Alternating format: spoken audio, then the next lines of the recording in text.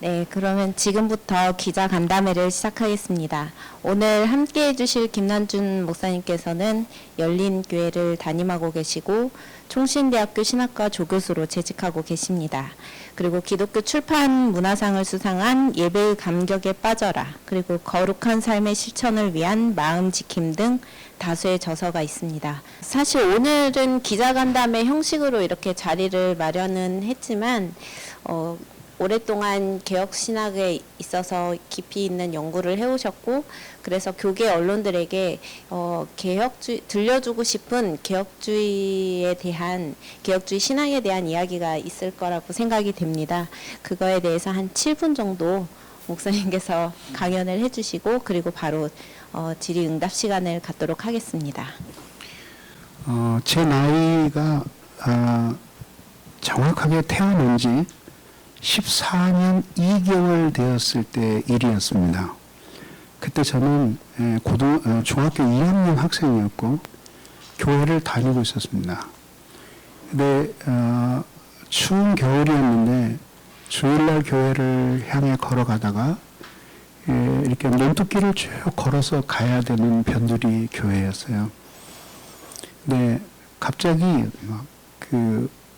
큰 슬픔이 엄습하는 게 느껴졌습니다. 그리고 그 소녀는 그 논둑에 엎드려서 한없이 울었어요. 근데 그때 울었던 이유는 가난하다거나, 물론 가난했지만, 그러나 가난하거나 아니면은 무슨 다른 이유 때문이 아니라 너무 내 마음을 지배하고 있는 질문 때문이었어요. 그 질문이 뭐냐면, 나는 누군가? 나는 어떻게 살아야 되나? 이 세상은 나에게 무엇인가? 신은 정말 있는가? 이런 질문이었어요. 그래서 한참을 울다가, 그리고 일어나서 주먹으로 눈물을 닦으면서 결심을 했습니다. 나는 신이 있든지 없든지 상관없다. 나는 이제부터 무신론자로 산다. 그래서 저는 모태신앙은 아니지만은 기아 다닐 때부터 교회를 다녔고 중학교 2학년까지 다녔는데, 인생에 대한 그 수많은 의문들이 어린 마음에 떠오르고 거의 죽을 것 같이 고통스러운데, 사실 교회에서 답은 찾지 못했어요. 그렇게 놓고 저는 그 후로 한 6년 동안을 이제 방황을 하게 되었습니다. 그래서 방황이라도 어린 나이에 제가 아주 몹쓸 짓을 하면서 타락한 것은 아니었고, 하나님을 멀리 떠났고, 그리고 문학에 빠져서 그 책을 읽었어요. 너무 고마웠던 거는, 이렇게 고민하는 사람이 나뿐 아니라 현실에서는 나처럼 고민하는 사람 못 만났는데, 이 책 속에서는 그런 사람들이 많다는 사실을 발견하고 위로를 받았죠. 그리고 위로를 받은 게 내 인생의 문제를 해결하는데 도움이 안 됐어요. 그래서 그 다음에는 왜냐하면 그 문학은 질문은 하지만 답을 주지는 않잖아요. 그래서 그 다음에는 이제 사상과 철학 쪽으로 이동을 하게 됐어요. 그쪽의 책들을 부지런히 읽으면서 답을 찾아보려고 했는데, 때로는 답을 찾았다고 느끼고, 그리고 정말 아무것도 아니구나라는 생각을 하기도 했는데, 그건 저의 교만이었고, 결국은 저는 마음의 안식을 얻을 수가 없었어요. 그러다가 그렇게 해서 영혼이 피폐해져 가고 있던 차에 제가 톨스토이의 책을 만나게 됩니다. 그래서 톨스토이의 책 중에서 두 권, 인생론과 그 다음에 톨스토이의 부활, 이 두 권을 읽으면서 태어나서 처음으로 안식을 느꼈어요. 인생론은 꽤 어려운 책이었는데도 제가 그 나이에 여러 번을 읽었어요. 그리고 이제 전도하는 사람 없이 저는 스스로 걸어서 교회에 나가서 예수를 믿게 되었어요.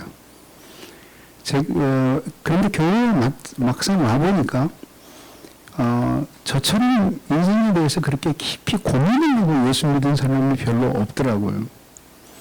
그러면서 이제 하나 깊이 깨닫게 된 것이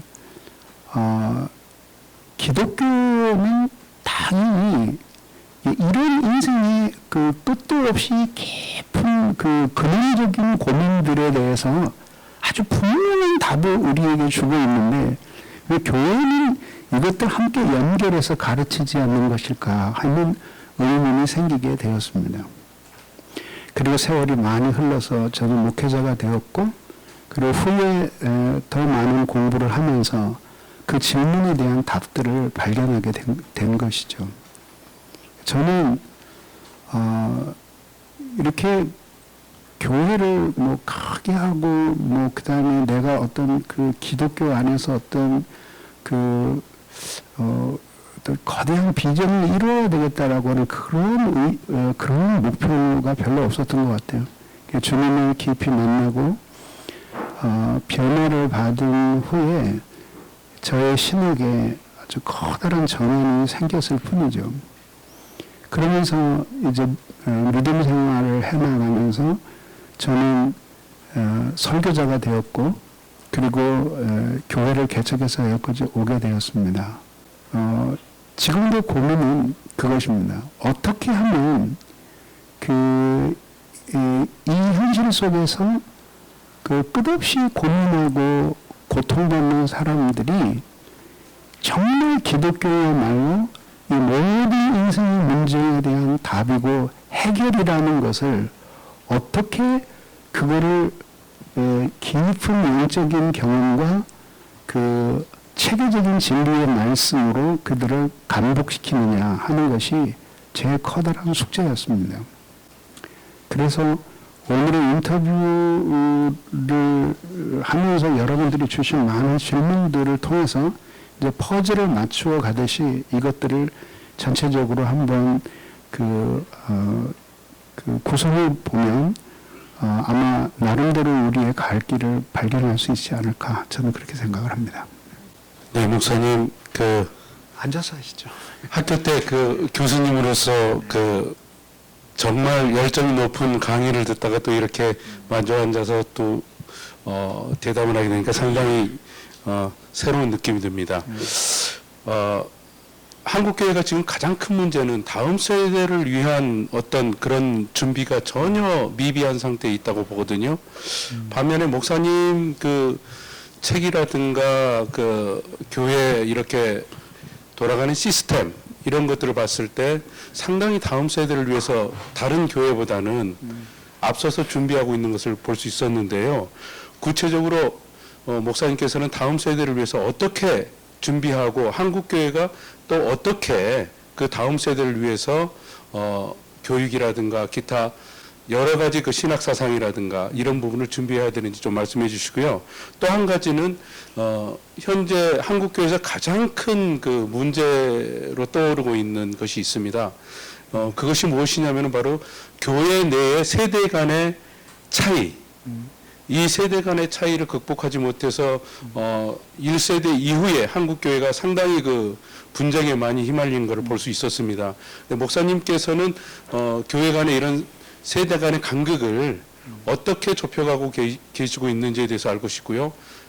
또 한국 교회는 그러한 간극을 좁히기 위해서 어떤 노력을 해야 되는지 이러한 부분에 대해서 좀 말씀 좀 해주십시오. 먼저 두 번째 질문에 대해서 답을 드리도록 하겠습니다. 그래서 세대는 서로를 모르게 되어 있습니다.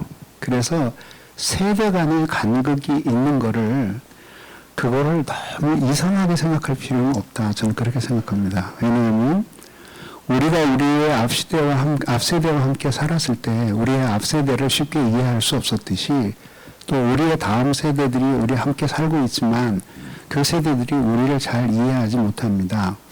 다만 이제 우리는 그런 세대 간의 그 간극과 격차를 강조하기보다는 우선 아무리 세대가 달라서 사고방식이 조금 같지 않더라도 우선 주님을 깊이 만나고 하나의 말씀 안에 모든 세대들이 영향을 받는다면 그 소통은 훨씬 더 쉬워질 것이다. 저는 그렇게 생각을 합니다. 그리고 어차피 세대는 약간 자기 경험에 의해서 변화를 두려워하는 앞선 세대와 그 다음에 경험에 매이지 않고 끊임없이 새로운 시도를 해보려고 하는 세대들이 함께 이것들이 조화를 이루면서 사회는 발전해 간다 이렇게 생각을 하거든요. 그래서 이제 그럼에도 불구하고 지금 현재 있는 그런 문의들의 흐름들을 나이 든 세대들이 너무 무지하지 않도록 끊임없이 공부를 하고 이해하려고 노력하는 것이 필요하다 이렇게 생각합니다. 우리들이 젊은 세대하고 대화를 많이 해야 된다 그러는데 젊은 세대들이 대화하는 거 별로 어려지 않아요. 그리고 우리도 어렸을 때 나이 든 세대들이 와서 자꾸 대화하자 그러면 짜증나잖아요. 그러니까 노력은 하되 현실적으로 세대가 서로 사고 방식이 다른 것은 인정을 하면서 복음 안에서 통합을 이루어 가야 된다 이렇게 생각합니다. 그리고 첫 번째 이제 문제는 다음 세대를 위해서 뭘 준비하냐고 말씀하시는데 우리는 무슨 30년대 프로젝트라든지 해서 거대한 기금을 모으고 아니면 학교를 세우고 그런 일을 하고 있지는 않습니다. 그리고 하고 싶은 마음도 사실은 간절했지만 모든 일을 다 할 수는 없기 때문에 이제 한계가 있는데요. 그 대신 저는 다음 세대 문제를 이야기하면서 세 가지가 매우 중요하고 그리고 강조되어야 된다고 생각하고 이것은 실제로 열린교회에서 하고 있는 일입니다. 첫째는 뭐냐면 가정의 역할이에요. 가정. 그래서 다음 세대라고 하는 사람들을 콩나물에 비유한다면 가정은 콩나물 씨르거든요. 그 안에서 자라는 거거든요. 그러니까 어떤 가정 안에서 어떤 영향을 받으면서 자랐느냐가 건강한 다음 세대를 만드느냐 아니면 건강하지 못한 다음 세대를 만드느냐 하는 것이 제일 가장 크게 결정된다고 저는 보는 거죠. 왜냐하면 우리가 1차 산업시대에서 2차에서 3차 그리고 이제는 4차 산업혁명 시대라고 하지만 그 모든 혁명을 움직이는 것은 결국은 사람이에요. 그 사람이 진짜 바람직한 사람이 되면 그런 모든 기술과 변화들을 사용해서 바람직한 사회를 만드는 데 이바지하겠지만 그렇지 않으면은 그 모든 것들을 주어진다고 하더라도 좋은 사회를 만들기는 힘들 거예요. 그래서 결국은 가정을 통해서 좋은 사람들이 자라게 하는 것, 이것이 다음 세대를 위한 제일 중요한 역할이라고 봅니다.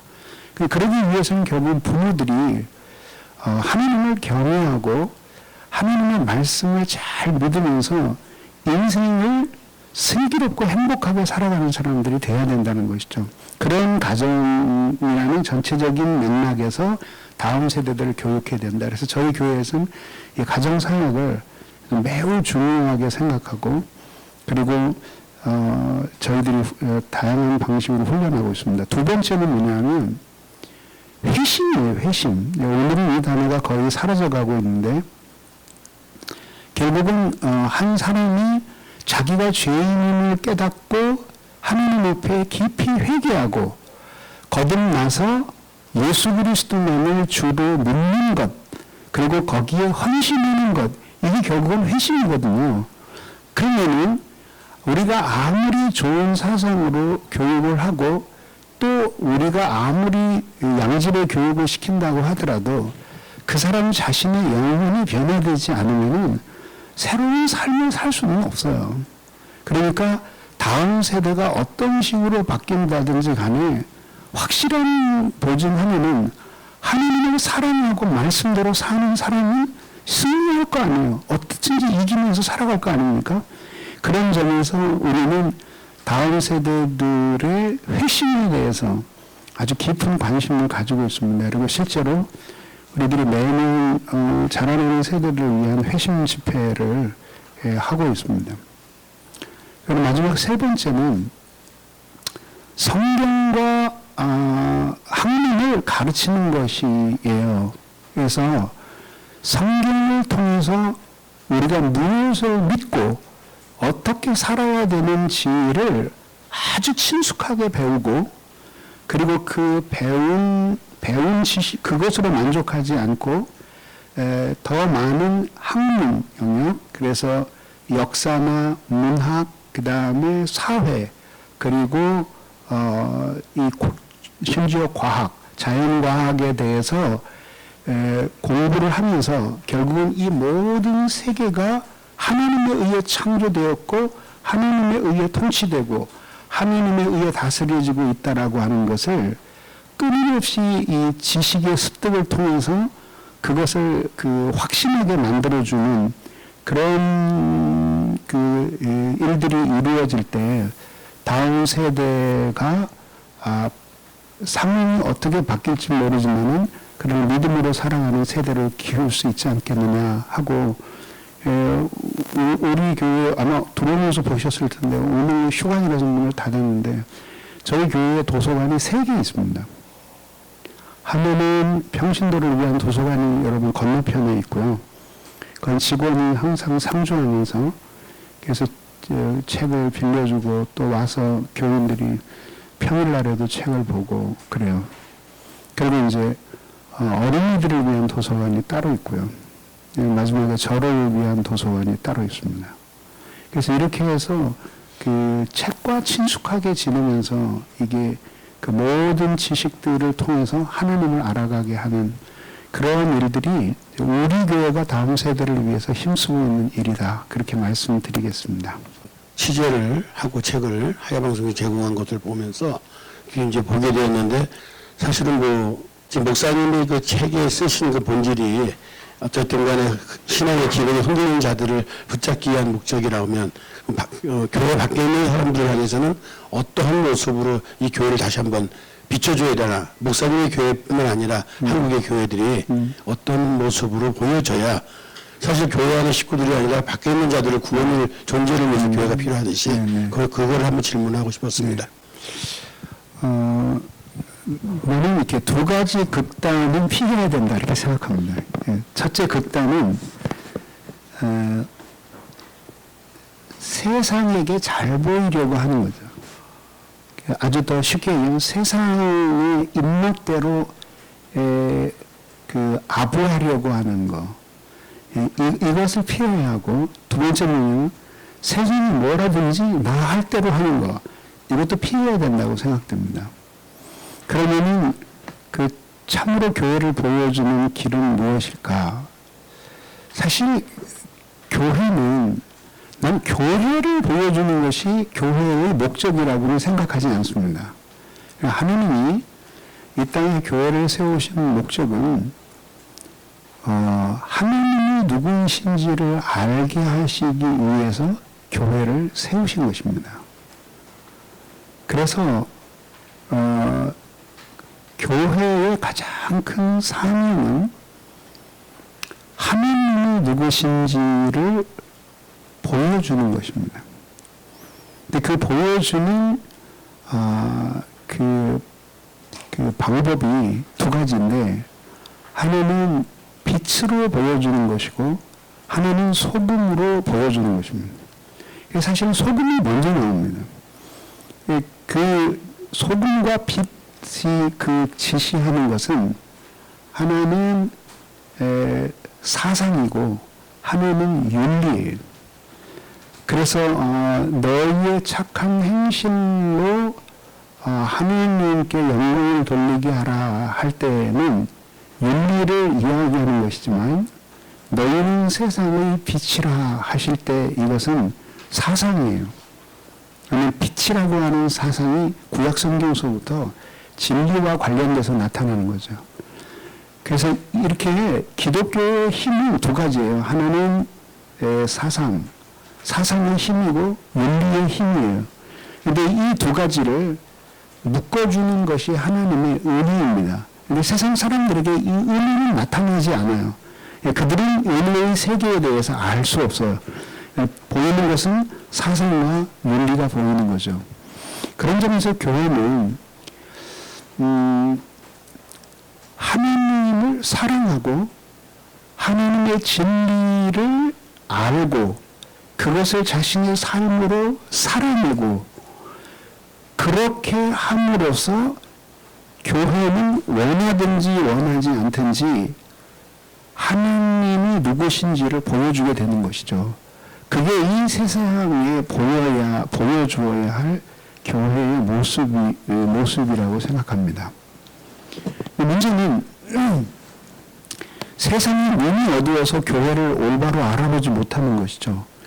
극단적인 교회에 대한 불신과 미움 같은 것들, 그리스도인들의 잘못된 것을 거론하면서 기독교에 대해서 적대적인 마음을 품고 이러는 사람들이 있잖아요. 이것에 대해서는 그 고대의 교부들과 그 신학자들이 했던 종교개혁 신학자들이 했던 바와 같이 아주 급한 것은 논쟁을 통해서 그것이 사실이 아니라는 보여주어서 불을 끄고 그 다음에 나머지는 인내하고 기다리면서 교회가 자기의 모습을 일관되게 보여주는 것이라고 생각합니다. 이것을 위해서는 교회가 하나님의 은혜에 넘쳐야 합니다.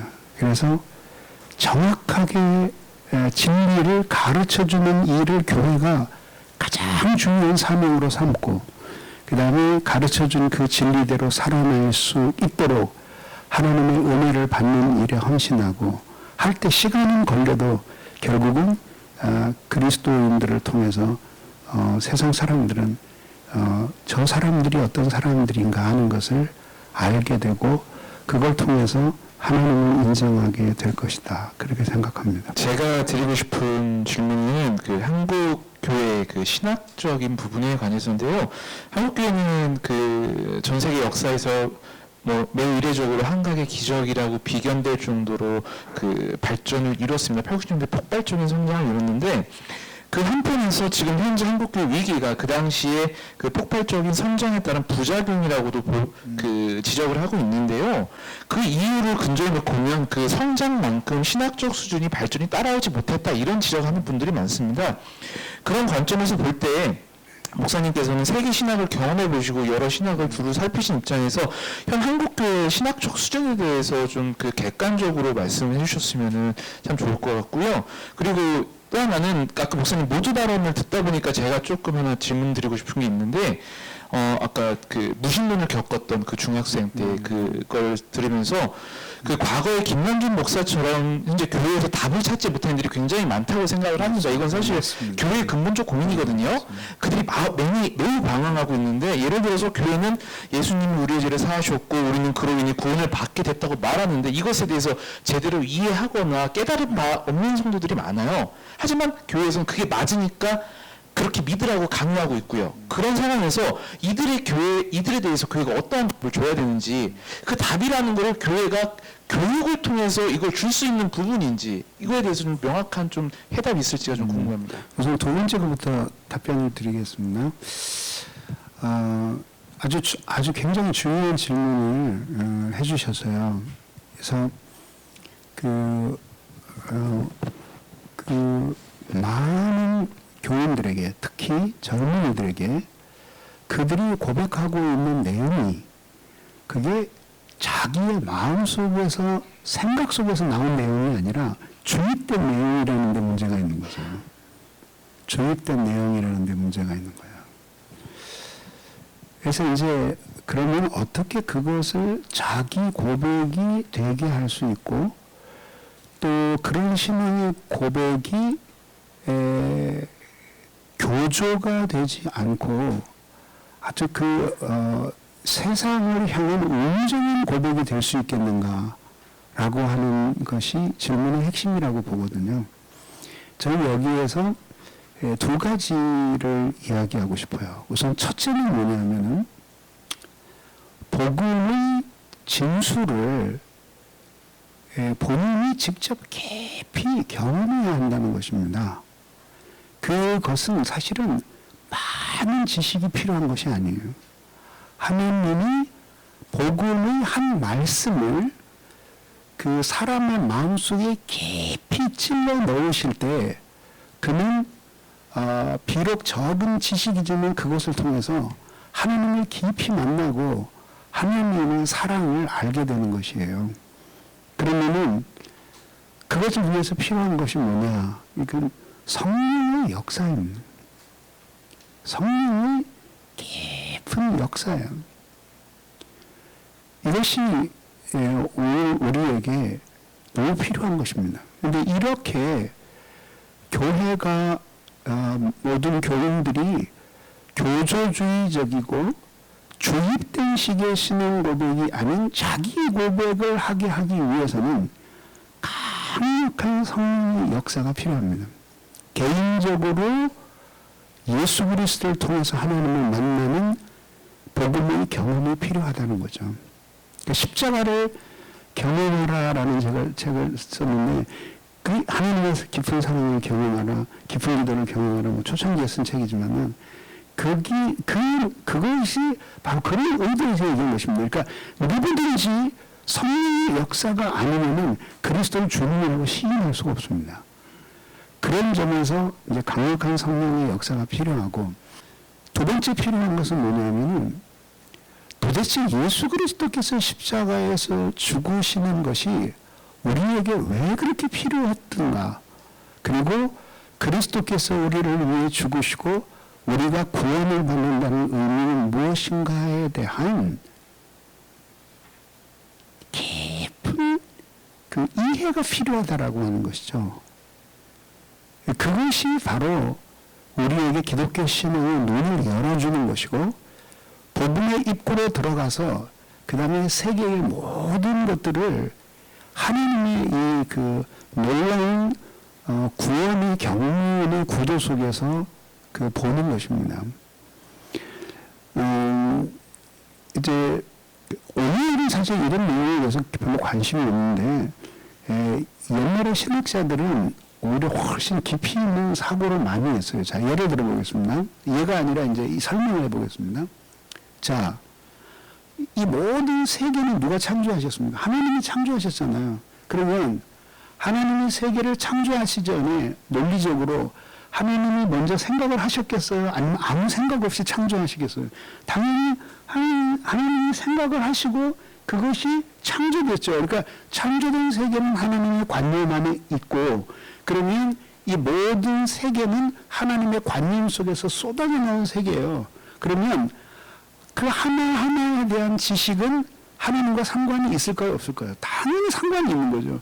그것들을 전체적으로 찾아 나가려고 하는 것이 통합 신학이에요. 그런 통합적인 신학을 함으로써 이 모든 학문을 보면서 그 안에서 하나님을 발견하고 하나님을 찬송하게 하는 것이 원래 이 신학의 의도였던 거죠. 그런 점에서 저는 아주 어린 시절서부터 교리를 가르치고 생각을 하게 만들고 그 다음에 인간에 대해서 이해하게 만드는 이런 작업들이 교회에서 이루어져야 된다고 보는 것입니다. 원래 이런 교육이 학교에서 이루어져야 되거든요. 그래서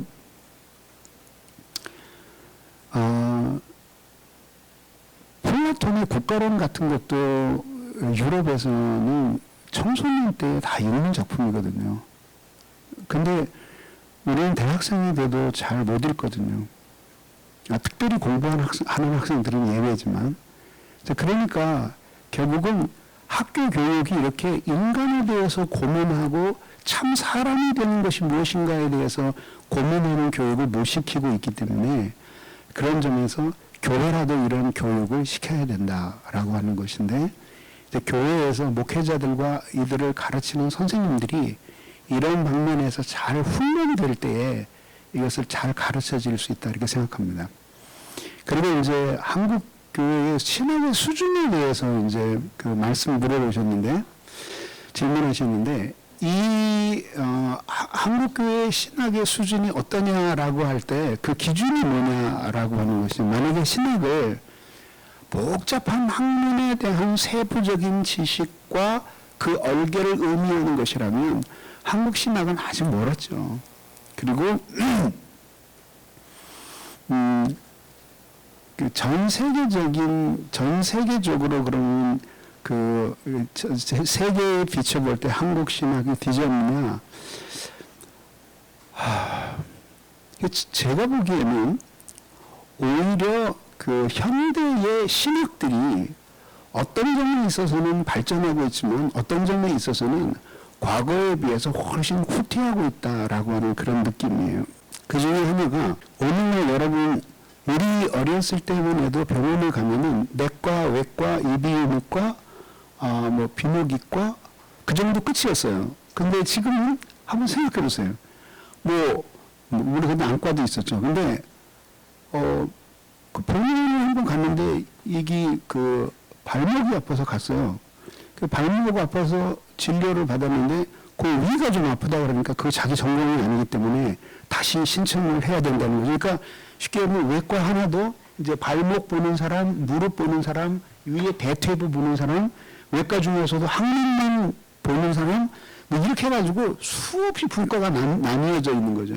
근데 이런 현상이 의학에서만 일어나는 게 아니라 모든 학문에서도 일어난 거죠. 그래서 1993년도에 5년도에 있었던 그 조지 소카르 사건 같은 그 사기 사건, 지적 사기 사건 같은 것도 바로 그런 걸 보여주는 거죠. 그러니까 뭐냐면 말도 안 되는 논문을 아주 어려운 철학적 자서를 써가지고 자기도 그 말도 안 되는 논문을 발표했는데 세계적인 학자들의 논문에 대해서 극찬을 하니까 그 발표한 교수가 이 논문은 엉터리였다고 발표를 해서 학계를 발칵 뒤집는 사건이에요.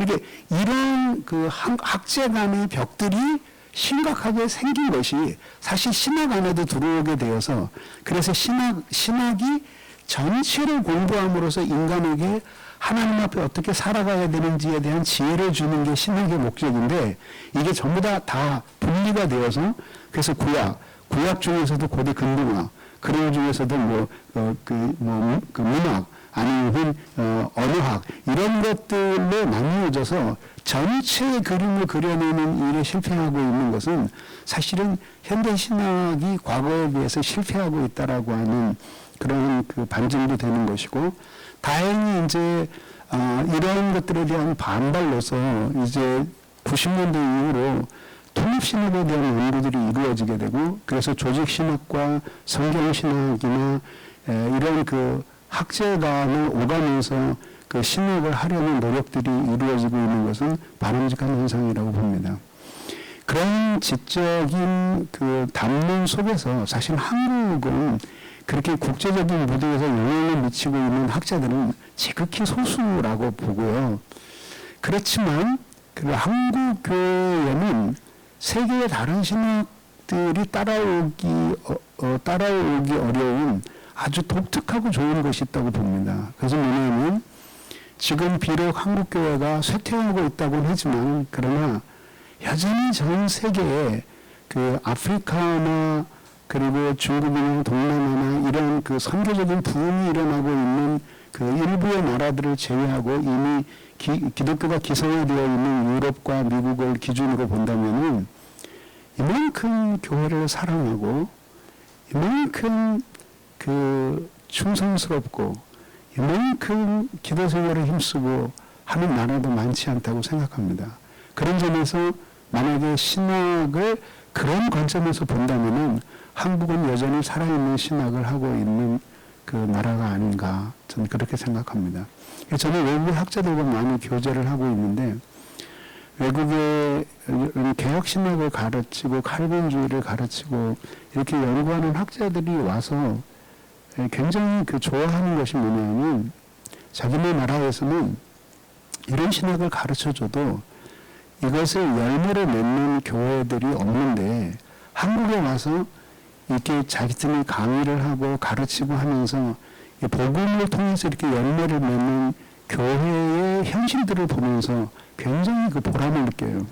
그런 것들은 한국의 신학이 자랑할 만한 그 결과물들이 아닌가 그렇게 생각을 합니다. 예, 그 학습 방법하고 키워드 삶의 중요 우선순위에 대한 질문인데요. 목회자들의 학습 관행이라고 해서 배우고 그걸 익히고 네. 몸에 완전히 습득한 다음에 행하는 것을 어떻게 프로세스를 해야 되는지 하고 성도들도 이제 그 방법에 대해서 좀 설명해 주시고 목사님 삶에 있어서 중요한 5가지 키워드 이제 우선순위겠죠. 이것 좀 설명 주시면 좋겠습니다. 네. 우선 첫 번째 질문에 답변을 드리자면 쉽게 길러낸 목회자는 항상 교회에 부담을 준다라고 하는 것이에요. 그래서 옛날에 한 18세기까지를 기준으로 보면 목사가 된다는 것은 아주 특별한 사람들이 할 수 있는 일이었어요. 왜냐하면 우선 인문의 교육을 받은 사람이어야 하고 그 다음에 철학을 이해하는 사람이어야 하고 그 이해하고 있는 철학을 신학으로서 비판하면서 진리를 세우는 일이었기 때문에 이렇게 아무나 할 수 있는 일이 아니었죠. 목회자들이 아주 깊은 교육 없이 목회자가 될 수 있다고 생각하기 시작한 것은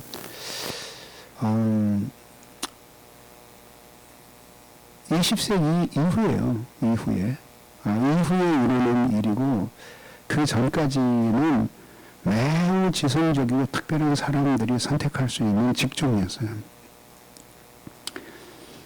그럼 이제 오늘날 우리 시대에는 그럼 어떻게 해야 될 것인가 하는 거죠. 확실한 거 하나는 이거잖아요. 설교를 들었는데 그 설교가 감동적이긴 하지만 아침마당에서 나오는 이야기 같다면은 그 감동적인 것만으로는 안 되잖아요. 이 세상에는 감동적인 것이 너무 많아요. 근데 뭔가 한편의 설교를 듣고 났을 때에는 기독교가 가지고 있는 고유한 사상에 대해서 들을 수 있어야 되고 그리고 사람들이 흔히 말하는 일반적인 상식에서의 인생에 대한 생각 같은 것들이 전달되어서는 안 된다고 생각합니다. 근데 그렇지 않으려면 철저하게 신학교육이 이루어져야 된다라고 봅니다. 그래서 높은 수준의 신학교육이 이루어지기 위해서는 신학교육을 받는 사람들이나 하는 사람들이나 하나님을 사랑하는 사람들이어야 합니다. 그래서 예수 그리스도를 깊이 만나고 은혜를 받은 젊은이 학문에 있어서 대학 과정에서 잘 준비된 사람들이 신학교에 들어와서 아주 철저한 훈련을 받으면서 그러면서 신학 공부에 헌신해야 된다는 것이죠. 그래서 결국은 모든 위선과 거짓에 이르는 지름길이 무지예요. 잘 모르는데 목회자는 아는 척할 수밖에 없고 그리고 자기가 알고 있는 작은 것을 크게 과장해서 말하려니까 거기서 많은 위선들이 나오게 되는 것이죠. 그래서 이제 철저하게 교육이 이루어져야 된다고 봅니다. 그래서 성경, 역사, 과학, 사회, 문화, 법률, 그 다음에 예술,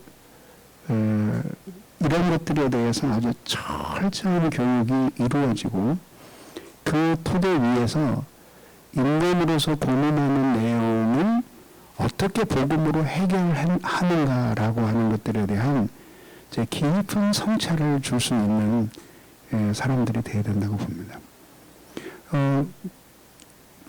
우선 그렇게 이제 신학교육을 철저하게 하는 것이 중요하고 세 번째는 이제 목회자가 되기 전에 충분히 훈련받는 과정이 필요하다라고 하는 것입니다.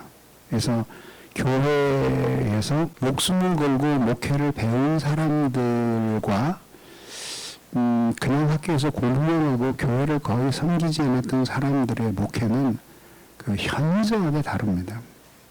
그런 점에서 이제 그 신학생들이 훨씬 더 높은 수준의 강도 높은 신학 교육을 받아야 된다. 저는 그렇게 생각합니다. 그리고 이제 저의 삶에 있어서 중요한 5가지 키워드가 무엇인가. 이 사실은 그때마다 생각하는 게 이제 그 관심도가 달라지니까 조금씩 이렇게 이동해요. 네, 요즘 같은 때를 기준으로 말하자면은 제 삶에서 가장 많이 그 관심을 갖게 하는 그 키워드는 그 실존이에요. 실존. 그러니까 내가 인간으로서 살 힘이 있든지 없든지 그것과는 상관없이 내가 살아있다. 이게 모든 사람들의 명세거든요. 그래서 그렇게 내가 진짜로 이 현실 속에 살아있는 사람으로서 어떻게 살아가야 될 것이냐. 그런 점에서 실존, 그리고 진리, 그렇게 살아있다는 것을 어디서도 해명받을 수 없는데 진리를 통해서는 내가 누구신지를 해명받을 수 있다. 근데 진리를 아무리 통해서 내가 해명이 돼도 내가 살 수 없는 것은 살 수 없어요. 그런 점에서 내 안에 은혜가 없이는 그 진리에 부합한 삶을 살 수 없어요. 그런 점에서 은혜예요. 그리고 그것이 결국은 그런 삶을 살아낸다는 의미가 이렇게 고유한 무한한 우주 공간 속에서 혼자 사는 것이 아니라 다른 사람과 함께 살아가는 것이죠. 타인이에요, 타인. 그리고 마지막에 이렇게 모두 살아가게 하는 것은 결국은 하나님이 당신이 영광을 받으시기 위한 거죠. 영광. 하나 더 든다면 그 영광 안에서 모든 사람들이 행복을 누리게 하기 위해서는 살아가는 거죠. 이런 것들이 요새 제 마음을 가득 채우고 있는 그런 키워드들입니다. 예. 목사님 여러 가지 이제 내용을 들어보니까 목사님의 신학 사상을 조금 좀 이렇게 이해하게 되는데, 목사님의 신학 사상이 이렇게 그 단지 어떤 교리 신학이나 이런 신학만이 아니라 다른 법학이라든가 경제, 다양한 인문학과의 그런 인터디시플리너리 그런 연관 관계를 통해서 철두철미해서 훈련받은 그런 신학이 탄생돼야 된다, 이런 입장인데, 합동의 신학과 통합의 신학에 또 어떻게 적용될 수 있는지 나아가서 하나만 더 추구해서 통합교단이나 이제 감리교나 기장은 WCC를 굉장히 멤버로 가입되어 있거든요. 그리고 요 WCC에까지는 좀 어떻게 적용될 수 있는지 요것 좀 얘기해 주시면 고맙겠습니다.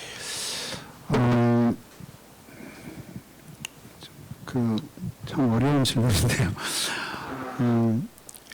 지금 이제 그 합동 측은 기독교의 5대 강로, 칼빈의 그 5포인트에 5대 교리의 그 기본을 둔 게 아니냐 이렇게 말씀하셨는데, 그래서 그거는 그냥 우리끼리 하는 이야기지, 실제 목회 현장에 내려가 보면은 사실은 그 5포인트에 대해서도 별로 그렇게 큰 관심이 없어요.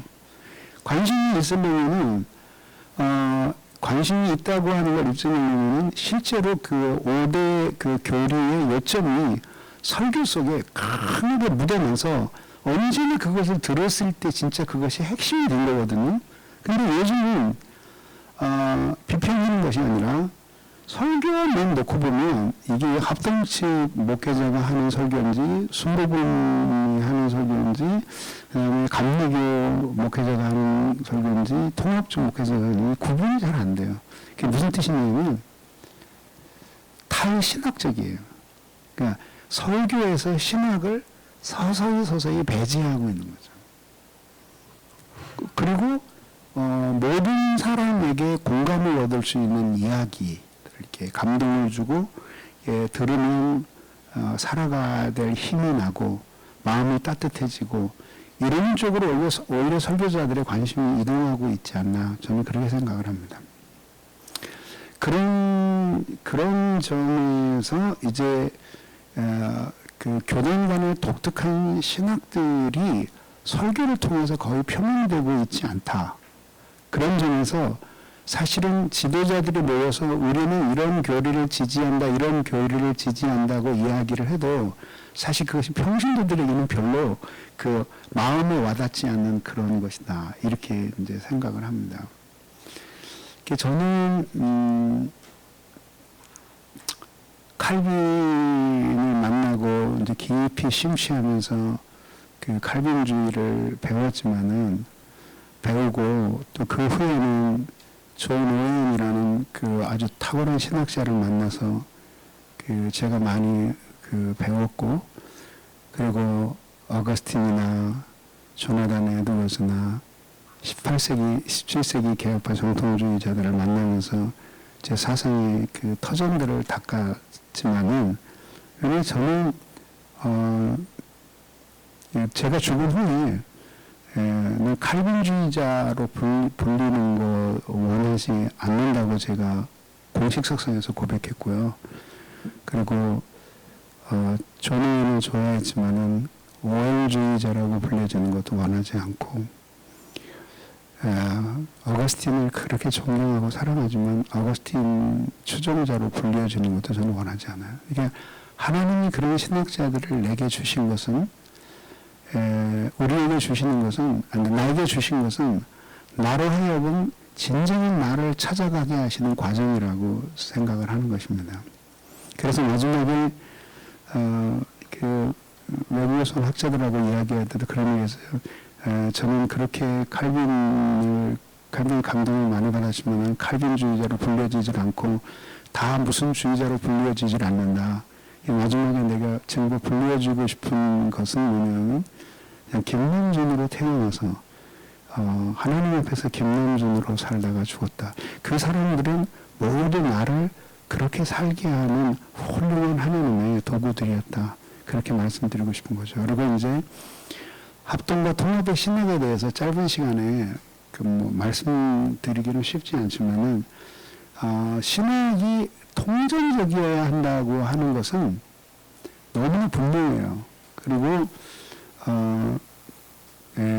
이제 보수적인 신학은 컨텍스트를 무시하고 텍스트에 집착을 한다면, 자유주의적인 신학은 텍스트를 경시하고 컨텍스트에 몰입하는 경향이 있는데, 결국은 신학의 역사를 보면 그런 식으로 어느 한쪽으로 갔던 신학들은 깊은 영향을 못 남기고, 그 다음에 아주 미미한 영향에 그치거나 아니면 섞어서 동화되어 버리고 사라져요. 그래서 결국은 어떻게 확고하게 우리의 신앙을 하나님의 말씀과 성경, 계시, 그리고 사상의 뿌리를 굳게 두고 자기 시대를 가지고 충분히 고민하는 신학을 해야 된다고 저는 생각을 합니다. 왜냐하면 이미 다 죽은 옛날 신학자들을 공격하면서 핏대 올리지 말고, 현재 우리 사회에서 우리 시대에 범람하고 있는 사상에 대해서 그런 이교적인 사상과 세속주의, 그리고 이단 사상, 이런 것들에 대해서 반기를 들고 그것을 비판할 수 있는 그런 신학이 되어야 된다고 생각을 합니다. 그리고 신학이 통일적이어야 한다고 하는 것에 대해서는 아주 깊이 동의를 드리는 바이고요.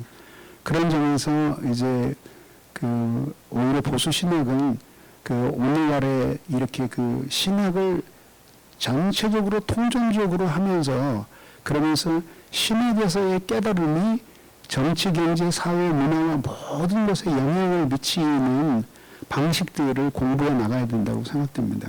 그런 점에서 합동과 통합은 몇 가지 신학적인 주요 쟁점에 대해서 여전히 이견을 가지고 있지만은, 그러나 아직도 충분히 서로 대화할 수 있는, 그래도 가장 가까운 복음주의 안에 있는 두 집단이다, 저는 그렇게 생각합니다. 지금까지 목사님 말씀을 쭉 듣다 보니까 저 그냥 조그맣게 이 열린교회에 대한 궁금증이 생기더라고요. 뭐 큰 건물주는 아니고 목사님의 그 신학 사상들이 확고하신데 양육하시는 그 열린교회 평신도들은 어떨까 하는 궁금증이 가장 먼저 생겼었어요. 아까 전자에 잠깐 말씀하신 교리교육은 어릴 적부터 시켜야 한다라고 잠깐 언급하셨는데 지금 그 열린교회 내에서도 교리교육을 위해서 뭐 다양한 프로그램이 있는 걸로 제가 알고 있습니다. 좀 소개 좀 해주시고 그 프로그램들을 한국교회에 어떻게 접목시킬 것인가 거기에 대해서 좀 말씀해 주셨으면 좋겠습니다. 우선 그 사람이요, 사실 교리는 어렵다고 하는 인상이 강하거든요. 근데 사실은 어려운 것이 아니라 그 교리를 이해하고 나면은 모든 신앙에 대한 가르침들이 아주 쉽게 받아들여지는 거죠. 그래서 그냥 우리는 우리의 관점에서 교리를 가르치면 사람들이 어려워하고 힘들어할 거다 그렇게 생각을 하거든요. 근데 사실은 그렇지 않다는 것을 제가 말씀을 드리고 싶고요. 그 비근의 이유가 뭐냐면 우리가 그 아주 기독교 역사상 아주 오래전부터 이제 신자가 되는 신앙 고백을 할 때는 교리를 배우고 하게 돼 있잖아요. 그래서 뭐 칼빈 시대만 해도 주기도문 1년, 십계명 1년, 그다음에 사도신경 1년 이런 정도를 배울 정도로 그렇게 깊이 있는 교육을 시켰는데 처음 교회에 나와서 예수를 믿으려고 하는 사람들에게는 예수 믿는 게 전체가 뭔가를 알고 싶어하는 궁금증이 있어요. 그리고 의외로 그것을 가르쳐주고 나면 사람들이 굉장히 좋아합니다. 왜냐하면 이제 기독교가 뭘 믿는지 이제 전체를 알 수 있겠구나. 그렇게 이제 해야 되는 거죠. 예를 들어서 우리가 운전을 배운다면 이게 자동차가 무엇이고 운전이 어떻게 하는 거고 전체를 먼저 가르쳐 준 다음에 그다음에 도로교통법을 하나씩 배우고 그다음에 자동차의 기계 구조를 배울 거 아니에요. 마찬가지로 예수를 믿었으면 기독교가 무엇인가에 대해서 전체적으로 알고 싶은데 그것을 가장 최소한으로 그 응축해 놓은 것이 사도신경이고 그거를 좀 더 그 확장시켜 놓은 것이 이제 우리들이 그 세례 문답 받을 때 가르치는 그 교리 문답이라고 생각을 합니다. 저희 교회에서는 당연히 저기 어린 아이들서부터 그 교리 교육을 시켜요. 그래서 주일학교는 물론이고 이제 주일학교 들어오기 이전의 아이들서부터 이제 교육을 시키죠. 이제 여기 브릿지 아래서 한 15년 됐나요? 두 아이가 싸웠어요. 근데 그걸 외국에 잡지에다가도 실었는데 하나는 한 3살 먹은 애고 한 4살 먹은 애가 남자애 여자애 둘이서 싸웠어요. 근데 막 이제 둘이서 토닥거리고 싸우다가 하나가 물었어요. 야, 너 우리가 왜 이렇게 싸우는지 알아? 그러니까 네가 나를 괴롭혔으니까 싸우는 거잖아. 그러니까 이제 남자애가 아니야. 너와 내 속에 새카만 것들이 많아서 싸우고 있는 거야. 결국 타락의 교리를 아이들이 이해하고 있는 것을 보여주는 거죠. 그렇게 해서 어쨌든 유치부부터 시작해서 주일학교, 그 다음에 중고등부에는 정기적인 그 교리반이 있고 주일학교도 있어요. 그 다음에 청년과 장년은 교리반을 제가 직접 가르쳐요. 그래서 매년 가르치다가 좀 너무 힘들어가지고 이제 2년에 한 번씩 가르치는데 우리 교회에서는 그 교리반을 수료하지 교리반이 한 12주 정도 하거든요. 근데 그 기말고사까지 봐가지고 그 85점 이상 점수가 나와야 됩니다. 근데 그 교리반을 수료하지 않으면 우리는 구역장 교사를 할 수가 없어요. 이제 2년에 한 번 하면은 이제 본당에서 하는데 한 지난 학기에 한 320명 정도 들어와요. 가득 놓고 하루에 한 1시간 40분씩 해서 한 10시간 내지 10번 내지 12번 해가지고 딱 그 루이스 벌콥의 조직신학 그 한 권을 끝냅니다. 그리고 이제 그 중간고사, 기말고사 이렇게 봐가지고 합계를 내서 85점이 나와야지만 이제 자격증이 주어지는 거죠. 교리반을 마치지 않으면 우리는 집사는 될 수 있는데 구역장은 될 수 없고요. 더군다나 임직자 투표율은 더더욱 나올 수가 없어요. 그래서 철저하게 교육을 가르치고 가르칠 때 오히려 교인들이 굉장히 좋아한다는 말씀을 드리고 싶어요. 그리고 320명이 오면은 그 중에서 한 50명은 안 와도 되는 사람들인데 다시 듣기 위해서 오는 사람이고 280명 정도 중에서 230명 정도 수료해요. 50명 정도는 탈락하고요. 매마다 그렇게 하는데 2년마다 한 번씩 그렇게 하는데 우리는 익숙해져 있어요. 그리고 우리는 구역 공부를 하는데 그것도 이제 교리 공부 연장이라고 볼 수 있는데 오늘 여러분들에게 교양 하나님의 사랑이라는 책을 한 권씩 선물로 넣었거든요. 그것을 가지고 그것도 이제 지난번 국가공부 책입니다. 그래서 1년에 4권 내지 많으면 5권 정도 책으로 공부를 한 지가 저희들이 한 25년 정도 됐습니다. 그래서 열린교회에서 한 6년 다니면, 10년 다니면은 신학책을 한 30권 내지 40권 정도를 제가 통독하면서 그런 교리적인 지식이 쌓여가는 것이죠. 근데 교리적인 지식을 쌓아가면은 기독교가 참 재밌어요. 그리고 이제 책들을 훨씬 더 잘 쉽게 읽게 되고 읽었을 때 이 책은 좋은 책이다, 나쁜 책이다, 올바른 책이다, 잘못된 책이다 이런 것들을 분별할 수 있는 여유도 생기게 되고 그래서 저희들은 뭐 계속 해왔고 또 설교를 이제 교리적인 설교로 해오니까 우리는 그렇게 해서 교회가 성장해 왔다고 저는 생각을 합니다. 뭐 큰 성장은 아니지만. 예. 그 요즘 한국 교회에서도 이슈가 되고 사회에서도 한국 교회를 바라보는 기준 중 하나가 교회 세습 문제인데 목사님께서는 어떻게 바라보시는지 궁금하고 혹시 열린교회의 후임 계획 같은 게 있으신지 또 좀 궁금합니다. 옛날에는 사실 이런 게 문제가 안 됐거든요. 그리고 그냥 각자 교회가 알아서 하는 것이었는데 뭐 지금도 예를 들어서 교인이 20명 정도 됐는데 그 교회를 그 아들에게 물려줬다. 뭐 그렇게 뭐 신문이 날 일은 아니라고 생각을 해요. 근데 지금 이제 어떻게 되냐면 이제 교회를 개척해도 교회가 잘 안 되는 시대인데 교인이 몇천 명 모이고 나면은 그것을 그 직을 세습이라기보다는 뭐 그 세습이라는 거는 그 아버지의 아들로 태어났다는 이유 때문에 계속해서 왕처럼 그 물려주는 게 세습이 아닐까요? 근데 그러지는 않잖아요. 뭐 또 손자에게 물려주는 건 아니잖아요. 근데 어쨌든 아버지인 담임 목사가 아들에게 교회를 물려주는 것에 대해서 지금 마치 사회적인 많은 특권들을 공정한 경쟁을 통하지 않고 자식에게 물려주는 것처럼 받아들여지는 시대가 됐다. 그렇게 생각을 합니다. 그래서 저는 한 번도 세습에 대해서 긍정적으로 생각해 본 적이 별로 없어요.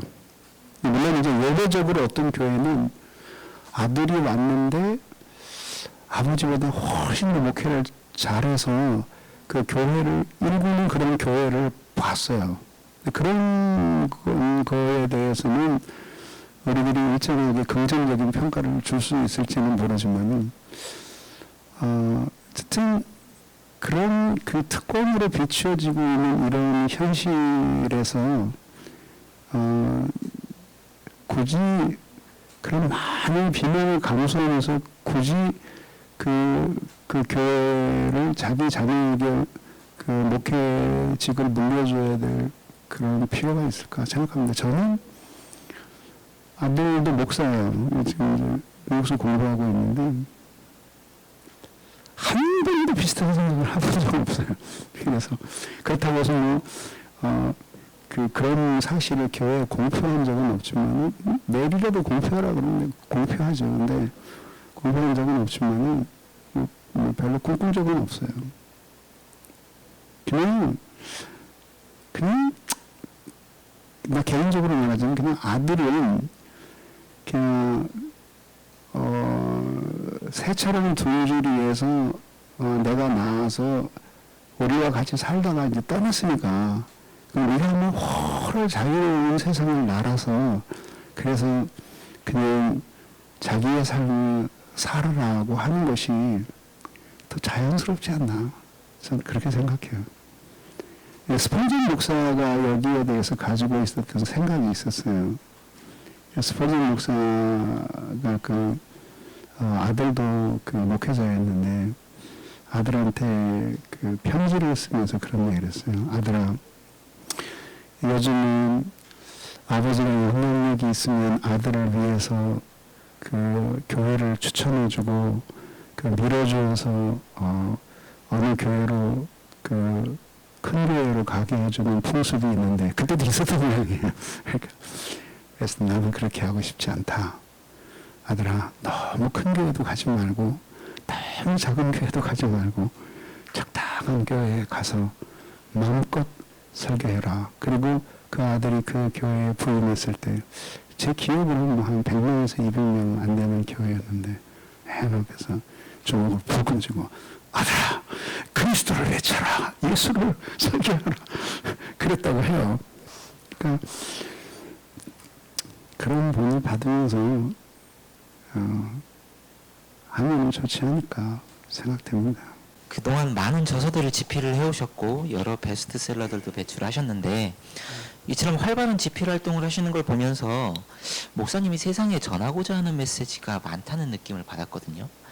그래서 목사님의 책들을 통해서 세상과 교회에 전하고자 하는 궁극적인 메시지가 있다면 어떤 것일지 말씀 부탁드리고요.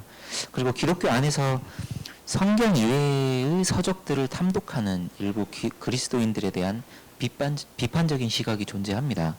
정작 성경은 잘 읽지 않으면서 기독교 서적만 골라 읽는 크리스천들에 대한 그 숫자도 상당히 되는 걸로 보여지고 있고요. 성경과 기독교 서적에 대해서 목사님이 추천하시는 독서 방법 같은 것이 있다면 혹시 말씀해 주실 수 있을까요? 그 수십 권의 책을 통해서 말하고 싶었던 것은 딱 두 가지예요. 하나는 뭐냐면 인간이 여기 있는데 자기가 누군지 알 수가 없어요. 그럼 자기라고 하는 것은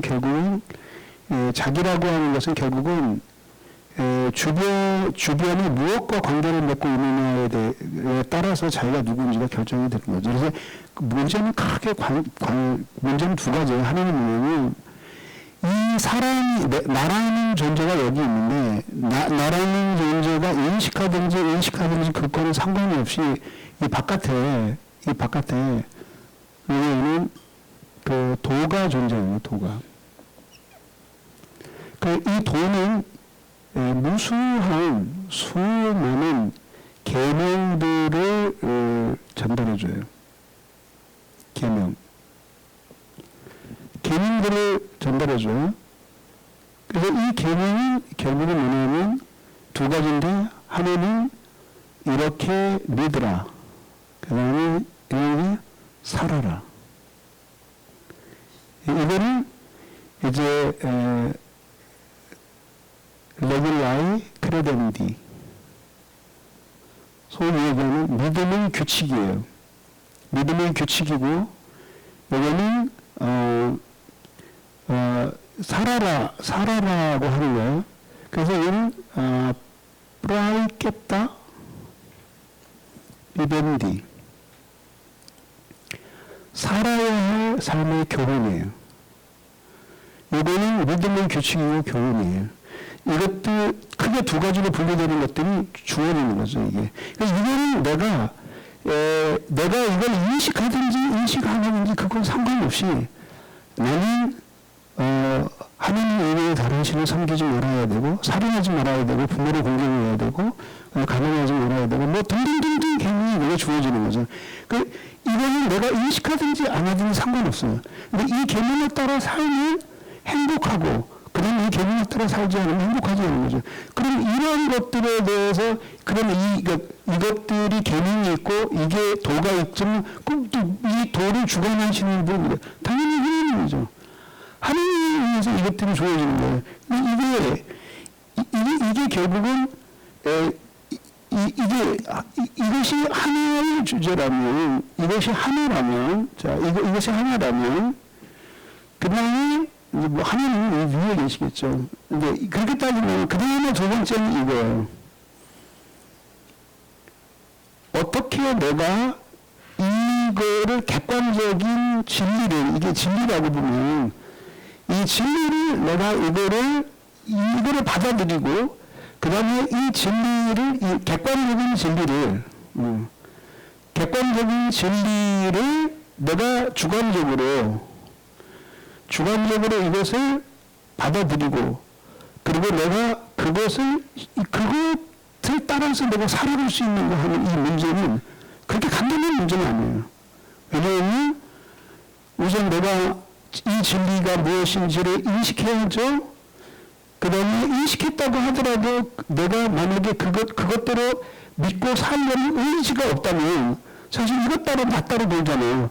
그래서 이렇게 만약에 그것을 내가 살아야 되겠다는 의지를 가지려면 당연히 마음의 감정이 일어나게 되는 거죠.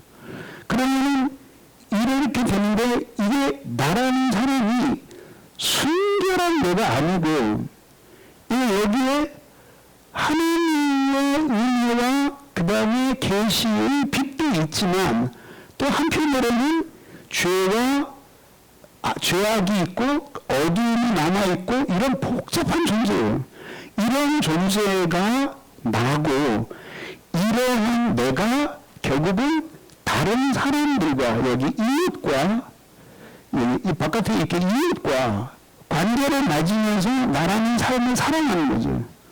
그럼 결국 이것이 첫 번째 영역이고 두 번째 영역이에요. 근데 이 모든 영역을 주관하고 계신 분이 하나님이시란 말이에요. 하나님. 그래서 그 관심사는 정말 이것이 만약에 신학에 관한 것이라면 이거는 신앙에 관한 것이고 이것이 지식에 관한 것이라면 이건 의미에 관한 것이고 이것이 세계에 관한 것이라면 이것은 인간의 마음에 관한 것이 되는 거죠. 그러면서 결국 이 두 가지를 어떻게 설명해서 그래서 나라고 하는 인간이 이웃들과 사랑의 관계를 갖고 이 하나님을 사랑함으로써 이 도와 계민들을 기쁨으로 받아들이고 그리고 자신의 인생을 행복하게 살아나갈 수가 있는가 그러죠. 이런 말씀은 하나님에게 우리가 하나님의 뜻대로 살아가는 것이 필요할까요? 바보 같은 질문일지 모르지만은 모든 인간이 하나님에게 요구해도 하나님이 하나님 되시면은 변함이 없어요. 결국 하나님이 그렇게 모든 사람들을 당신의 말씀대로 살게 하시려는 이유는 인간은 그렇게 살아야지만 행복할 수 있는 존재이기 때문에 하나님이 신명기 10장에서 말씀하신 바와 같이 너희의 행복을 위하여 내가 이 계명을 너희에게 주노라. 이 계명을 너희에게 주는 것은 너희의 행복을 위한 것이다. 하나님이 결국 모든 인류를 당신 안에서 행복하게 하기 위해서 그렇게 자기를 사랑하지 않는 사람을 사랑하라고 말씀하시고 또 계명을 지키지 않는 사람은 계명을 지키라고 말씀하시고 죄 가운데 빠지는 사람들을 변화시키셔서 하나님의 은혜 안에 살도록 말씀하시는 거죠. 저의 책은 이 두 가지를 다루고 있는 거죠.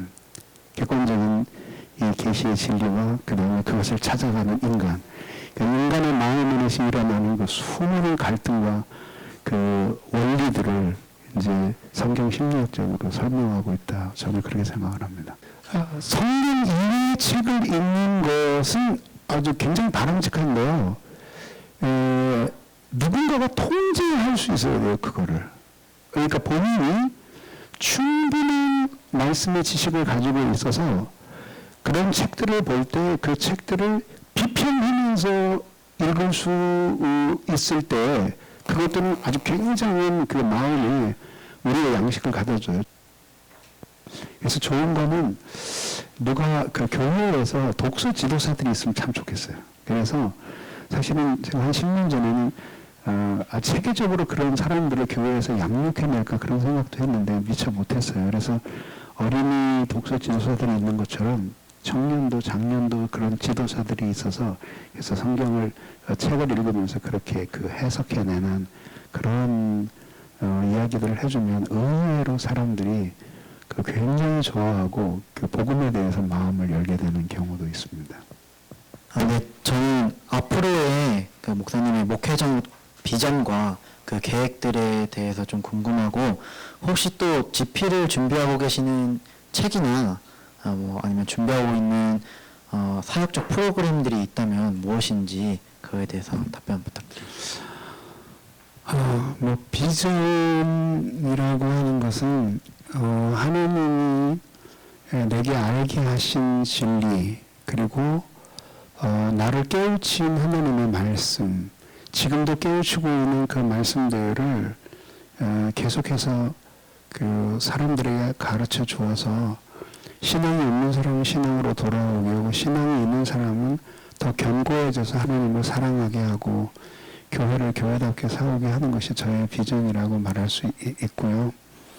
뭐 그런 일을 위해서 제가 운동가는 아니지만 그냥 목회자로서 저술가로서 제게 주어진 삶을 묵묵히 앞으로도 계속 살아가겠다 그런 생각을 합니다. 그리고 지금 쓰고 있는 책은 뭐 한 4-5권 정도의 책을 동시에 쓰고 있는데 그래도 가장 그 가까운 시일에 완성하고 싶은 책이 2권이 있는데 하나는 신학 공부 나는 이렇게 했다 제 2권이고요. 이거는 초고를 써놨는데 이제 교정을 보고 다시 자료들을 찾고 하는 지루할 정도로 긴 작업이 남아 있는데 그것이 이제 저의 숙제고요. 두 번째는 마음에 대해서 지금 그 책을 쓰고 싶습니다. 그래서 이제 제가 학교에서 가을 학기에는 기도에 대해 강의를 하고 봄 학기에는 마음에 대해서 강의를 하는데요. 특히 그 이렇게 현대가 되면 될수록 인간은 자기가 누구인지를 파악하는 일에 더 큰 어려움을 겪고 있기 때문에 자신의 마음을 이해해주게 하는 책들이 요즘 일반 시장에서도 많은 인기를 얻고 있어요. 그래서 그 이론들 가운데는 이제 우리가 받아들일 수 있는 것도 있고 받아들이기 어려운 것들도 있는데 어떻게 하든지 간에 이 그리스도인들이 읽으면은 내 마음이 이랬구나 하고 무릎을 치게 하는 그런 책을 지금 계획하고 있고 원고도 어느 정도 되어 있습니다. 잘 될 수 있기를 바라고 혹시 그 책이 나오면 여러분들이 많이 소개해 주시기 바랍니다. 네, 이렇게 긴 시간 이렇게 시간을 내주셔서 감사드리고요. 마지막으로 목사님 전하고 싶은 말씀 있으시면 말씀해 주시고 끝을 내도록 하겠습니다. 아무튼 이 바쁜 시간에 또 이 무더운 그 여름에 여기까지 이렇게 와주신 것에 대해서 정말 송구스럽고요. 제가 오히려 찾아가서 인터뷰를 하는 게 맞는데 이 바쁘신 분들이 이렇게 와주셔서 너무나 감사하다는 말씀 드리고 싶고요. 그리고 끝으로 어떻게든지 간에 그 교회가 이 여러분들의 언론 활동을 통해서 그 올바른 길을 가고 그 다음에 진리를 아는 일에 있어서 더 풍성해지고 그랬으면 좋겠습니다. 감사합니다.